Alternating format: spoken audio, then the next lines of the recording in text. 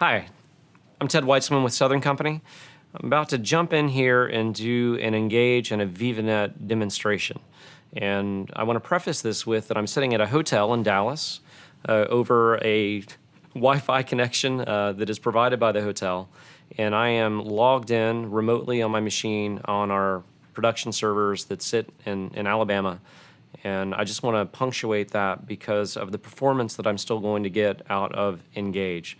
There's no smoke and mirrors here. I am direct on Southern Company Network, and this is a production model of a plant in Minnesota, Plant Mankato. Southern Company purchased this facility from Calpine with the power purchase agreement to expand capacity. So everything that you see in gray was original build by Calpine, the existing facility. Everything that is in color is part of our expansion, turning the site from a 1-on-1 combined cycle to a 2-on-1. If you're familiar with model navigation, what is really quite impressive about what's about to happen is that this is a full object model. It's everything. It's everything that we have for the plant in one environment. And I'm going to use my, that's the other preface too, is that this is a Microsoft Surface Book with a 2 gig graphics card, which is about the bare minimum to get performance out of Engage. You can get a larger machine with a 6 gig card and it will perform, I'm not going to say 3 times better, but definitely better. So I'm going to use my touch screen on this computer, and the model just moves that smoothly, that easily. And I'm going to go ahead and use one of the features of this tool, which is a walk tool.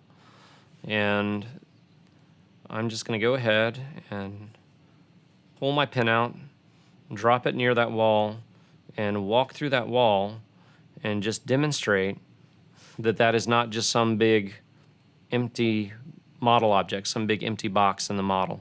All right, I've jumped back out, I've reset my view, and in and of itself, that kind of model navigation has value over other products, at least that Southern Company's had, to do model reviews or just to bring somebody in an environment and view a model. Just this touchscreen intuitiveness, the speed at which it moves, the fact that it's the entire model. But the real value in the tool is the way that it allows you to access information that relates to an asset. I'm just going to pick on this step-up transformer because it's very easy to view. It's just right there. And what happens is, in the model, I click on an asset, and it queries the VivaNet database for information related to that asset in the model. In this case, it tells me its tag ID, its functional tag identifier, it gives me its description, and it tells me that it has 39 documents associated to it. So I can click on that tile, and we'll actually pull up a view into that information, which includes a data set, engineering information. It includes all the documents. All those 39 documents are here in the system.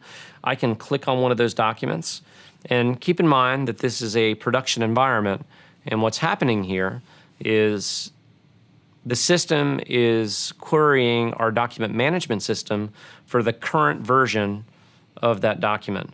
And here we have a view, a production view of a document associated to that asset. And I could do that for any of the 39 documents here associated to this object that was in the model. You have these other swipe. If I swipe here, this can be a very useful function. You have the object in isolation.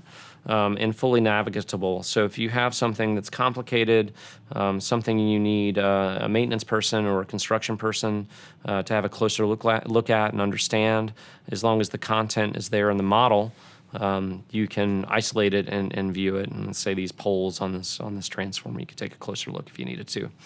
That's one view. And then the other thing is, because now I have the document and/or I have this big tile over the model, you can go to this third swipe here and actually see the object again in context to the model in case you needed it, instead of doing what I'm about to do, which is to close it and go back to the full model view. If you needed to, you could just always see that object in context.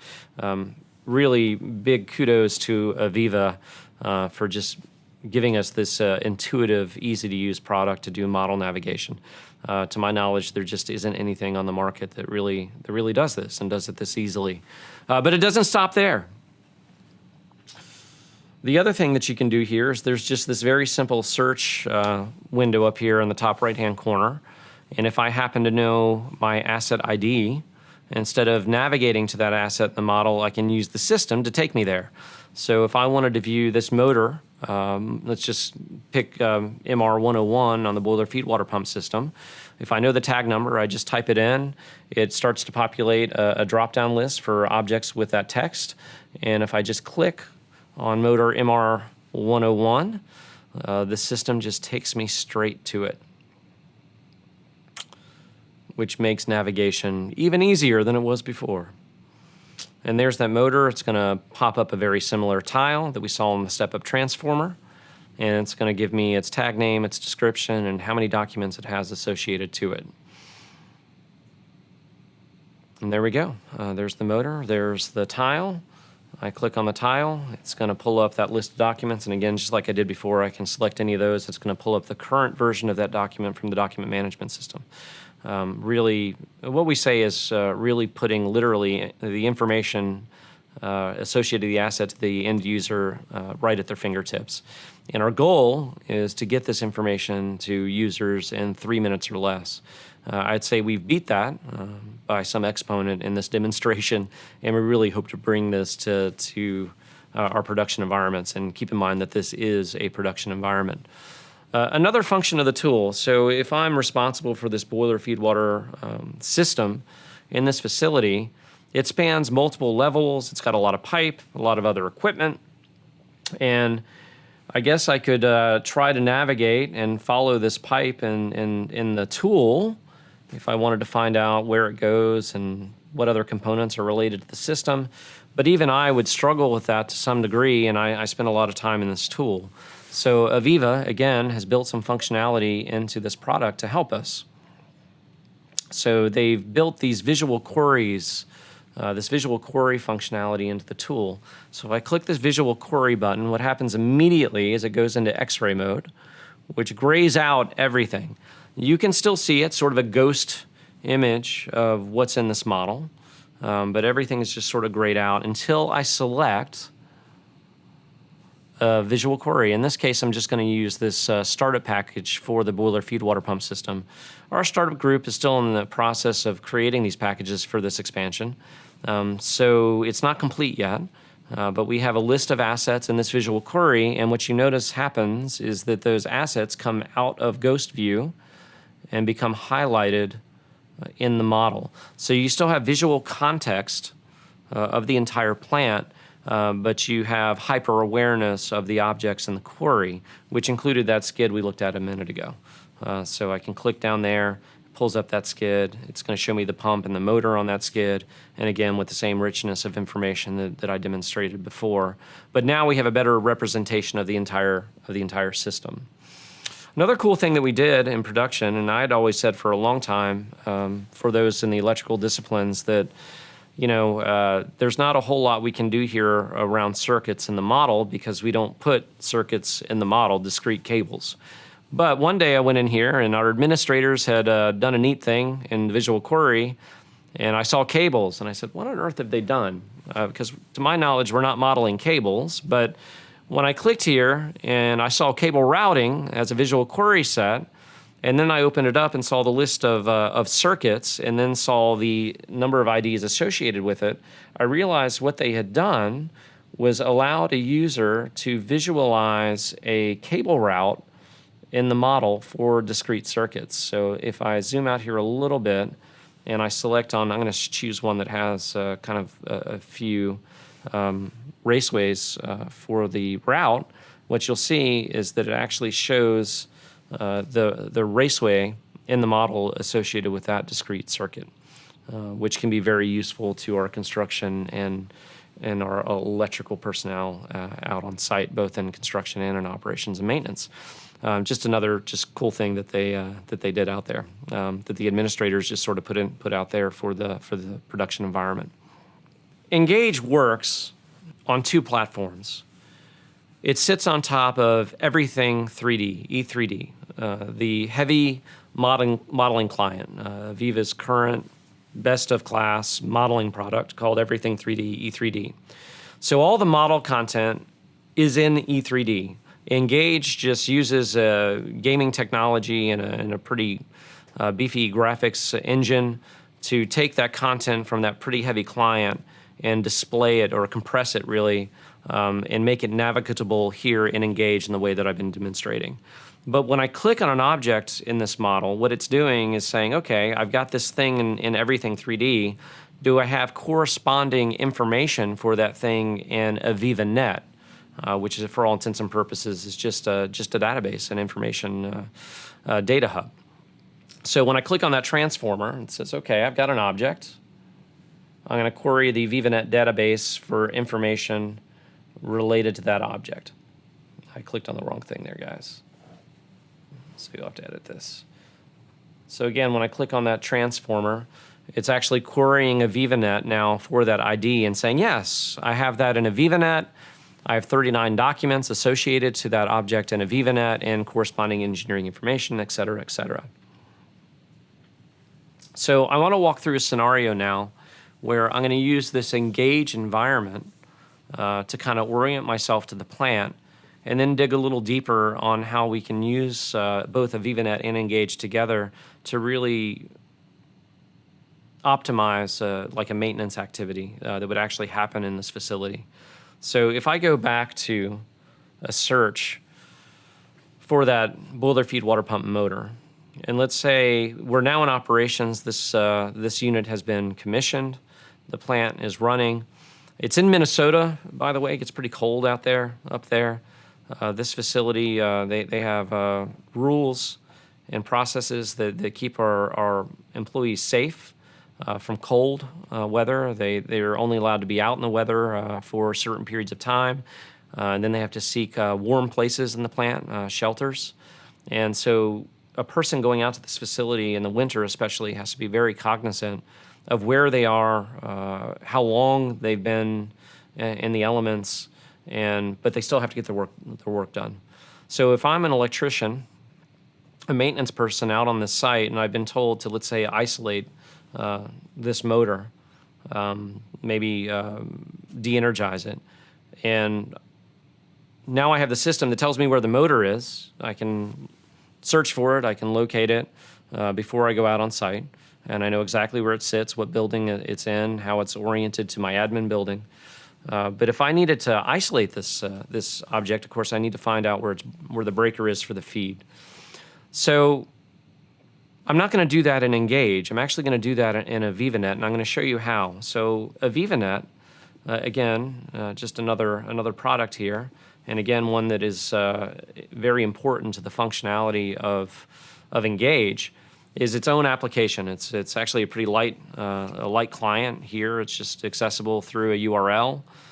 So the beauty here is that I'm very mobile with this application, more mobile than I am with Engage, though Engage can be pretty mobile too. But here, any mobile device with a browser and connectivity, at least in our environment, and connectivity to our network, you just type in this URL, and here you are, as long as you have permissions to access the information in it. So what I'm going to do is use this tool, AVEVA Net, now to find that same motor, but in more of a data sort of centric way as opposed to a graphical way. So I can go here, and I can either go by tags by system, and I can go down to boiler feed water pump, or I could go here and go to tags and go to electrical equipment and motor, and I'll just do it this way and show you the system view. So I'll do boiler feed water system here, BFW. I'm going to drop down. It says, okay, we've got cables, we've got electrical equipment, instrumentation, we have loops, we have valves, we have mechanical equipment. And because I'm looking for a motor, I'm going to go here to electrical equipment. I'm going to drop down to motor. And there is my motor 101 on the boiler feed water system. I click on it, and it pulls up the landing page for that equipment. So when Engage showed the tile, it's really just showing information that was here in a VivaNet, just in a different form. But what I have here in a VivaNet that I did not have in the model are the associated cables. And very quickly, anyone familiar with the electrical discipline would recognize this circuit as the power circuit. I can click on that circuit, and it will pull up that circuit's landing page, the record for that circuit. And what I can deduce very quickly is that this circuit is routed to this motor from this cubicle on the switchgear. Now what I can do, if I don't know where that cubicle is, I'm new to the plant or wherever this scenario is, I'm performing this task and it's just not something I normally do or a system I normally work on, I now have the ID for that cubicle, for that switchgear. So what I'll do is I'll go back into Engage, and I will now do a search, and there it is, 001A. I click on it, and of course, Engage takes me straight to that object in the model. And I can already tell you, just from the way it's zooming, that it's in the electrical building. I believe that's the north side of the Hersig. Don't quote me on that. Those folks out here at the plant that might be viewing it. It's got 151 documents associated to it. Now, if it's dead of winter and I've been asked to pull the breaker on that motor, I've used this system in a very short period of time to help me plan my task, which I think is very powerful. All right, there are a few other tools and things you can do in this in Engage, include measuring. I can take these points, and if I need to know how long that electrical building is, for whatever reason, I can go in here. Now let's do the height. For some reason, we've got to get to the roof of this thing. We gotta know how big our ladder's got to be, right? So what I can do is I can drop these pretty intuitive measurement tools and drop them and get an approximate height of our electrical building for the new unit. And now I know to bring at least probably a 12-foot ladder, or however big the ladder is that I need to bring out there. Would I use this measurement to do an engineering activity? Probably not. But as a maintenance person looking for the right ladder to carry out with me, I'd absolutely use this tool. From there, I'm going to talk and tell a story. This is a wonderful environment and really enabled by the fact that we are doing this expansion using the AVEVA design tools, the newest, greatest offerings from AVEVA to do this design. And it's just all here as a full model object. The existing stuff, this plant was built approximately 10 years ago. The original design firm that built or designed this for Calpine, when we purchased it, we had a relationship with that EPC, and we just called them up and said, have you archived that project? Can we get the models? And they said yes. And we were very easily able to get those models and translate them into E3D, and here they are. Like I said, it just works. It's a full object model environment.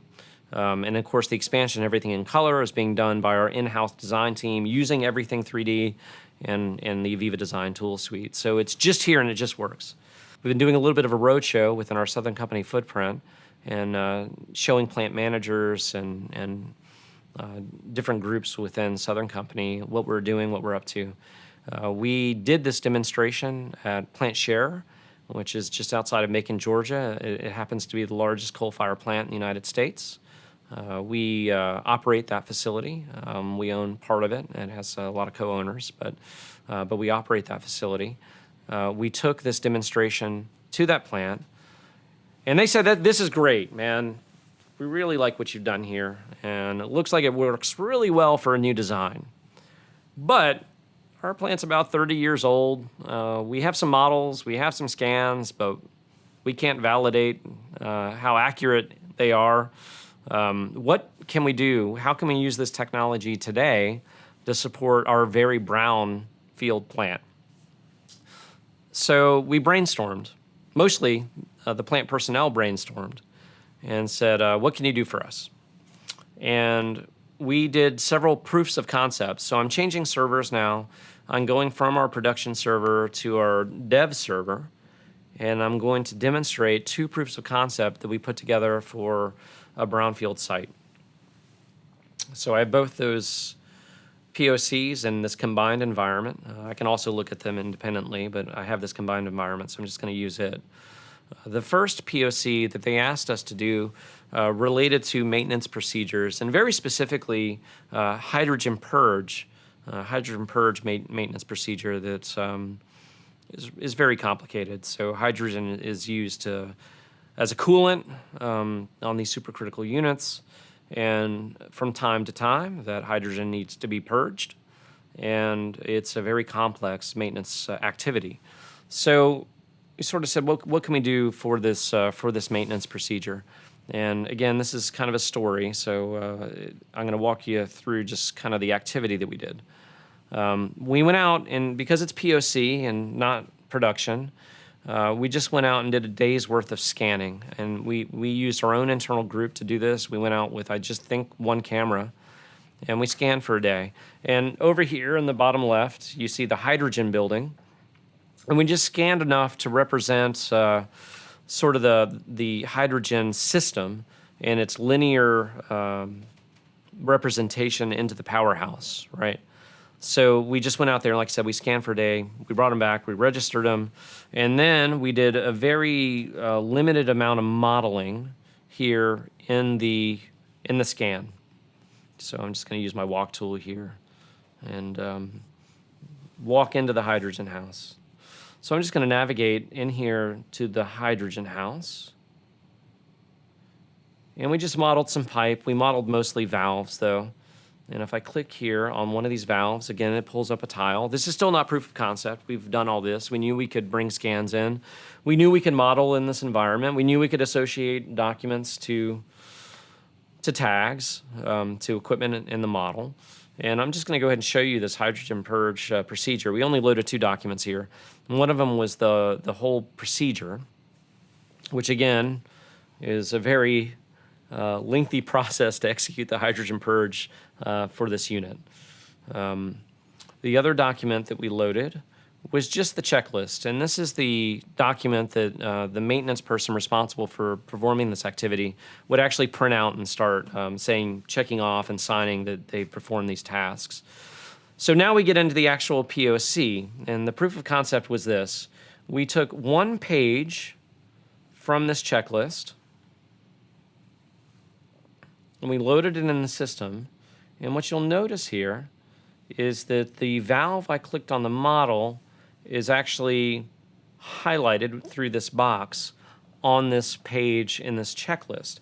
And AVEVA, again, I've just got to thank them for giving this split view functionality, which allows me to click this button and bring up in a smaller window the model. And not only is it the model, it's still fully navigatable, so I can sit here and still navigate and rotate. And sure enough, there's the valve I clicked in the model. It's valve 131.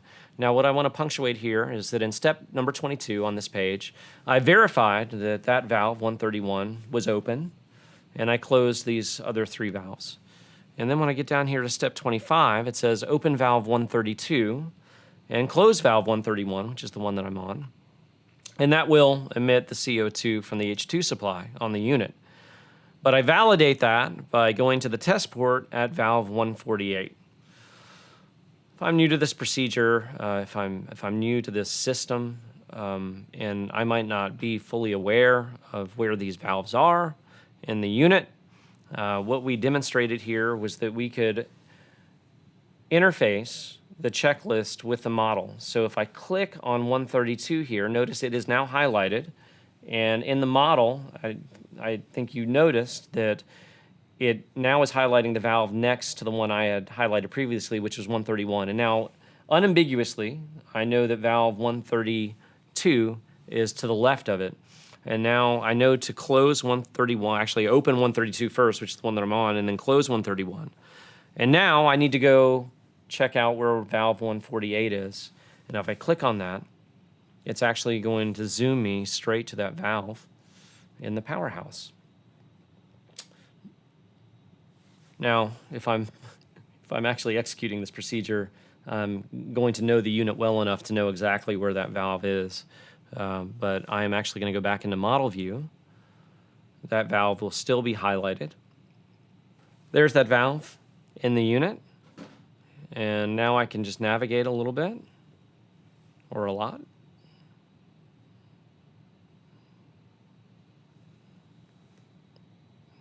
Cut some of this out. And now I can orient myself to where exactly that is in the plant, just in case. As a matter of fact, I can look around this corner and say, oh, I need to go grab that ladder I put there last week. So that was proof of concept number one we did for Share. There were a couple other things in here. We also went in and demonstrated the ability to, let's say, visualize manholes or any hazards that might exist in the units. And so that a person could come in here, and in a production environment, we'd probably do this by area. And a person could go to an area in the plant, let's say a floor, and find out the hazards that they might be working around actually in the unit itself.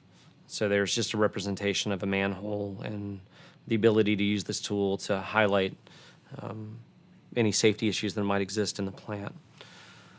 So the other proof of concept we did, so Share called us up one day and said, we've got another idea, and we think this idea will be revolutionary for our maintenance personnel. And they said, we want you to come back out and scan. And this time we used an external vendor, a company named Ascensium, went on site and scanned this boiler feed pump turbine skid. They did about 40 scans out there, about a half a day. And then our group, Engineering Construction Services, took the scans, registered them, and then modeled the skid. And I have it here in a visual query as just the skid. So now I've just sort of blown away all the scans, and I'm just isolated the model that we did of the skid. And we did a couple of things here.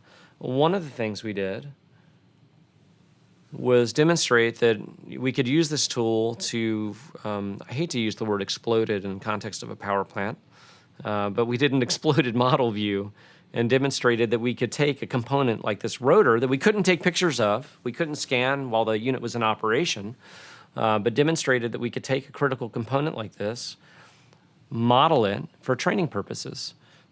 So if an experienced person needed to take a less experienced person out to the field to perform maintenance on this rotor, they would have this view, and we could do as much detail as time and money allowed.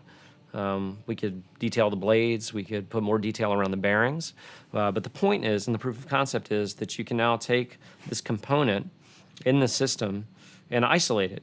And really, an experienced person could use this model view to do training about any sort of maintenance that would have to happen on this object or on this component.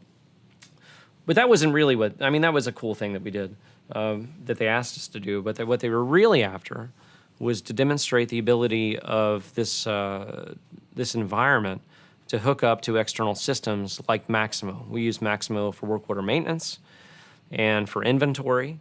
And one of the things that we really wanted to demonstrate, and this is a POC, this is not a live connection to Maximo, even though we've already demonstrated that we can do that. We already have the quote-unquote gateways is the term that's used for VivaNet to hook up to any system. You build a gateway to that system.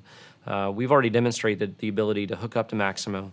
And because we were doing this POC in sort of a standalone environment, we demonstrated the ability of Engage to hook directly up to Maximo. And here's a static view, but in production, this would be a live view into Maximo and to see the inventory as it related to that component, which would save our maintenance personnel a tremendous amount of time if they could just access it in this environment like this. So that's sort of the end of the demonstration. And now I want to talk about what's happening at this plant as it relates to production. Through the success of not only our production environment for the new build at Mankato, but also through the successful demonstration of these tools through these proofs of concept, Share is actually going on the journey of digital enablement of the site. And not only are they going on that journey, they are capitalizing the expense. So we will go in with a team and support this facility in its digital enablement, which includes scanning, modeling, and then digital enrichment of the data behind select assets. So let's say phase one will be approximately 1,800 selected assets in one of the units for full digital enablement. And of course, we'll focus on several aspects of those assets to elevate them to be part of phase one. One of those will be criticality. Another factor would be amount of time spent at a particular asset. Another factor might be just we know we spend tremendous amounts of time just looking for information. Every time we have to touch this asset, let's go ahead and aggregate that information, put it in the system so we're not duplicating that activity every time we have to go touch this piece of equipment. And what I'll tell you from an information manager's perspective, which for all intents and purposes I am, this is very exciting to have not only a set of tools that will enable us to access this information, but also it's very exciting that this activity will be backed and supported through a capital project. And we hope to model this activity for the rest of our fleet, or at least for the plants and units in our fleet that really are critical enough to execute this type of project. So thank you. I hope you've learned something.